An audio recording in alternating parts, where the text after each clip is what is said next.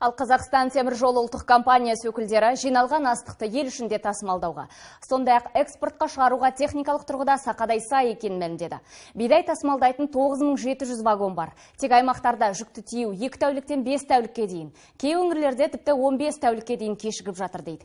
Салдарынан вагон жетіспеушілігі орын алған. Қазақстан темір жолы ұлттық компаниясы басшысы Қанат Алпысбаевтың төрағалығымен өткен жиында тараптар бас қосып іске нақты не кедергі болып жатқанын талқылады.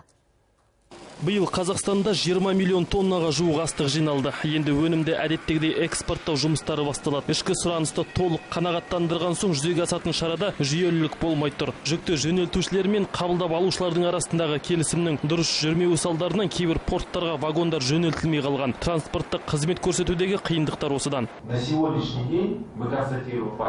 Порттардан бидайды дер кезінде түсіріп алмау салдарынан біздегі бар ақпар бойынша 1100 вагон қаңтарылып тұр. Мұны түсіру сіздер келісім жасасқан агенттерге тиесілі, бірақ біз оларға ештеңе дей алмаймыз.